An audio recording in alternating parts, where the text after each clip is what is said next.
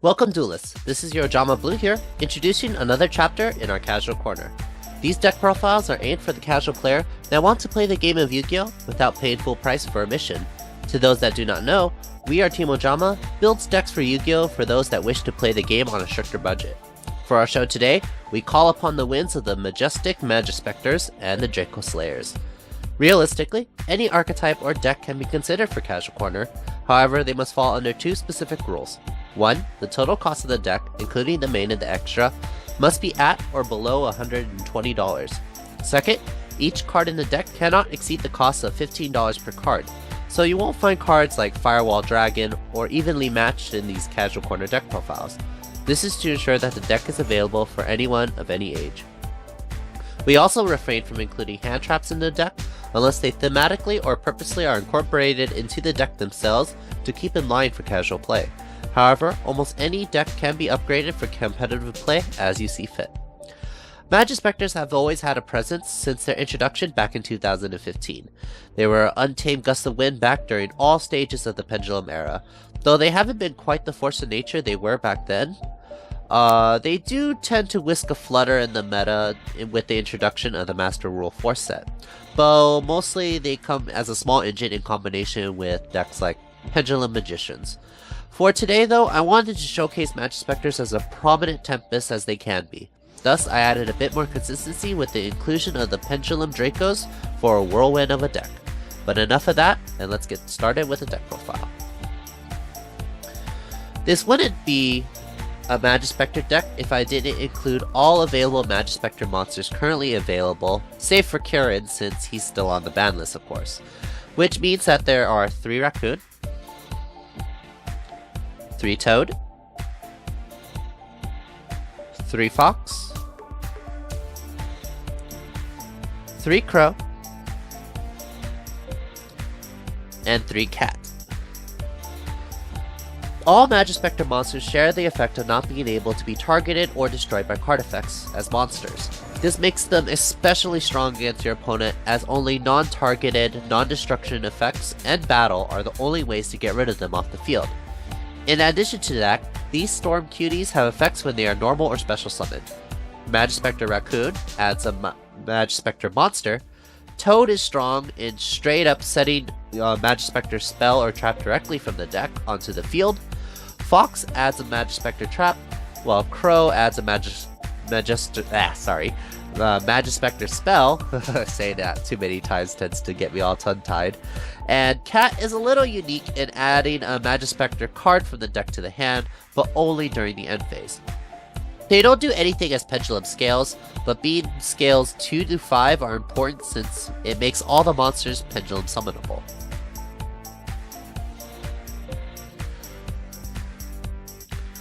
The other additional engine I use is the Pendulum Dracos. 3 Vector and 2 Luster Pendulums, right here. Being at scales 3 and 5 respectively is good as since you're utilizing most of the Majespecters already with their singular level 4 as a Pendulum summonable number, making them summonable with additional utilities on their own. Luster, as a Pendulum scale, fills the extra deck while also being searches for additional copies of the Pendulum monsters that you destroyed. Its search effect also helps facilitates one of your primary Link monsters effects to brew a heavy storm for your opponent. Vector Pendulum is mostly matchup dependent since the effect negates Pendulum zones, but it can be used against Pendulum Magicians, Abyss Actors, and really any other common Pendulum decks. Rounding out, the monsters are supportive by nature, with 3 Curtain Raiser to aid in special summoning your Prime Link monster, as well as being a high scale or a low 4 monster to boost your XYZ plays. The other is a single copy of Rescue Hamster, and a single copy of Pendulum Mucho. One is used to help your recovery, while the other is a searchable low scale to help balance the monster profile a little bit. This also adds consistency into your plays, since you do want to vary up some of your scales, and you don't want to be stuck with having just plain Majespecters and just a Draco into your Pendulum scales. You do want a little bit of variety, since you do want them in your extra deck or on the field or in your hand regardless of your plays.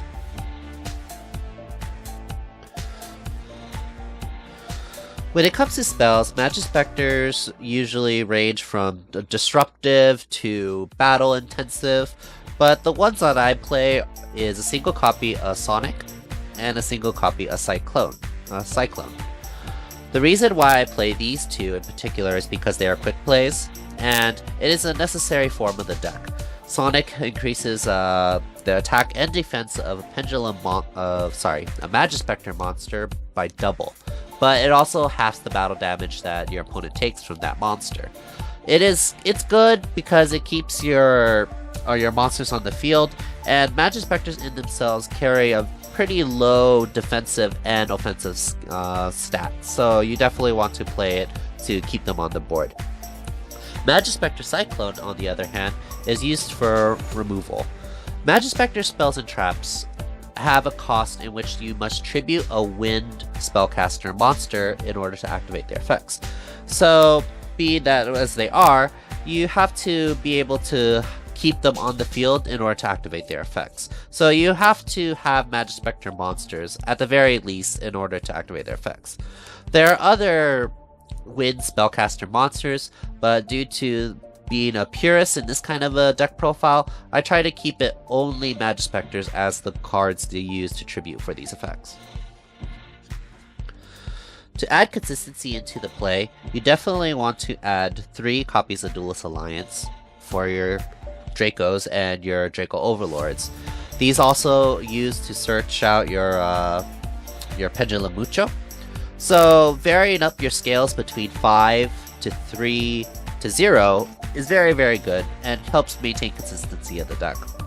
Another card to add consistency is Draco Face Off, which you use to either special summon a Draco monster, or hopefully what's actually the better play is to put Luster Pendulum into the Pendulum zone so that you can continue searching out your plays. The final 5 cards are used for field spells. In this case, I use 2 Majesty's Pegasus to search out more or into tribute and a Majespecter monster, and to play out another one from your deck. It's used to help thin out your deck. It also helps fill up the extra deck. In many ways, it's just like Luster Pendulum's effect, and so instead you have to have a Majespecter monster on the field in order to activate it. The second one is a lockout spell, which is Secret Village of the Spellcasters.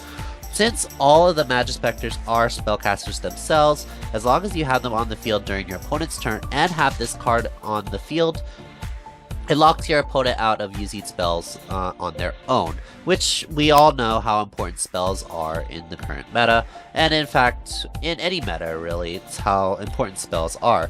Do note that because as Majespecters they tend to tribute themselves in order to activate their own spells and traps, once you do lose all your Majespecters due to their effects, you are locking yourself out of your spells due to Secret Village of the Spellcasters on their own. So it's important to keep a balance of Majespecters onto the field while you're using this card. The other 2 cards is 2 Terraforming, just to keep consistency with the deck. Being limited at 2 doesn't really hurt it at all, and in fact I prefer this number anyway, even if Terraforming was at 3, because you're only playing 3 field spells in the first place, so having 2 more Terraformings allows you to pick and choose which one you want, depending on the situation in your hand. The final 4 cards of the deck are the trap cards, and in the era of Pendulums it was one of the driving forces to their excellence. 2 Tornado and 2 Tempest complete the storm in ways to banish problematic monsters with Tornado, and having an archetype-specific Solemn Strike is always something to be feared. The extra deck ranges from utility to power. A lot of decks do rely on the extra deck for additional support, and Majespecters are no exception. However, due to the nature of the deck itself, you don't want to focus primarily on the extra deck, as the archetype itself can support its own weight. The extra deck is there to help push it out further than it can on its own. For lake monsters at least, Heavy Metal Foe Electromite is the primary link monster for the deck. She extends your plays, aids in recovery, fixes the situations to your advantage, all in one card. While it is limited on the ban list, you definitely want to be able to extend it to this card. But beware that she herself is quite vulnerable on her own, which is why you definitely want to have Majespecters to support her for a turn or two until you establish your means to win the game. Other link monsters come in the form of Zephyra Metatron as a basic extension for your Pendulums, and Great Fly since, well, Majespecters are wind monsters, and they do gain a nice bonus from Great Fly's effect. Additional link monsters are Nightmare Cerberus, Nightmare Phoenix, and Decode Talker. You can never go wrong with these generic support for your deck, but, you know, people say that maybe one or two is maybe not necessary, but I do like to keep the fact that Decode Talker can establish a good bonus with your Majespecters once you have them onto the field. When it comes to XYZs, you do run a hefty list of them, but the main XYZs I tend to go for are number 41 Babushka, since he locks out your opponent's monster effects without giving up your own Majespecter's blanket protection effects on their own.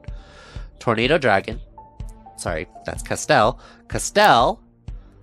Tornado Dragon, and Totem Bird are used for back row removal, problematic card removal, and spell and trap negation, as well as being wind to fit a more thematic means for the deck. Rebellion, XYZ Dragon, Trapeze Magician, Phantom Knight Breaksword, and Grand Pulse are used to pretty much round out the XYZ lineup, is used for additional support for the deck for their various effects, of course. The last extra deck monster comes in the form of Ignister Prominence the Dracoslayer.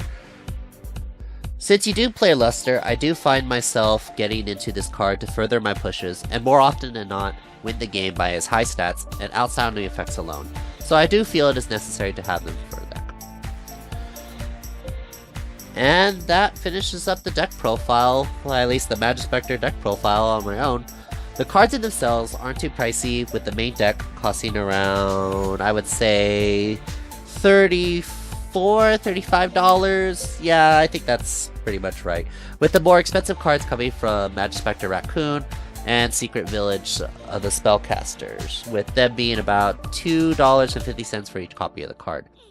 The extra deck has a few cards that break a little bit higher than the $3 bearer, that being in possibly the Nightmare cards. Tornado Dragon I know is pretty high up there, and the single copy of Heavy Metal Foe Electromite I think is about $7 in the current market, with the rest of the cards coming about $28 to $29 for the extra deck.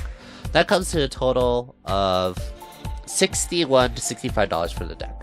So it's not really expensive at all, and I would consider it a very budget while also being a very strong deck for from a casual standpoint. That's all for now, duelists. Thank you for watching. Like, comment, and subscribe for more upcoming videos and more Casual Corner deck profiles in our lineup. Stay tuned because the fun is just getting started.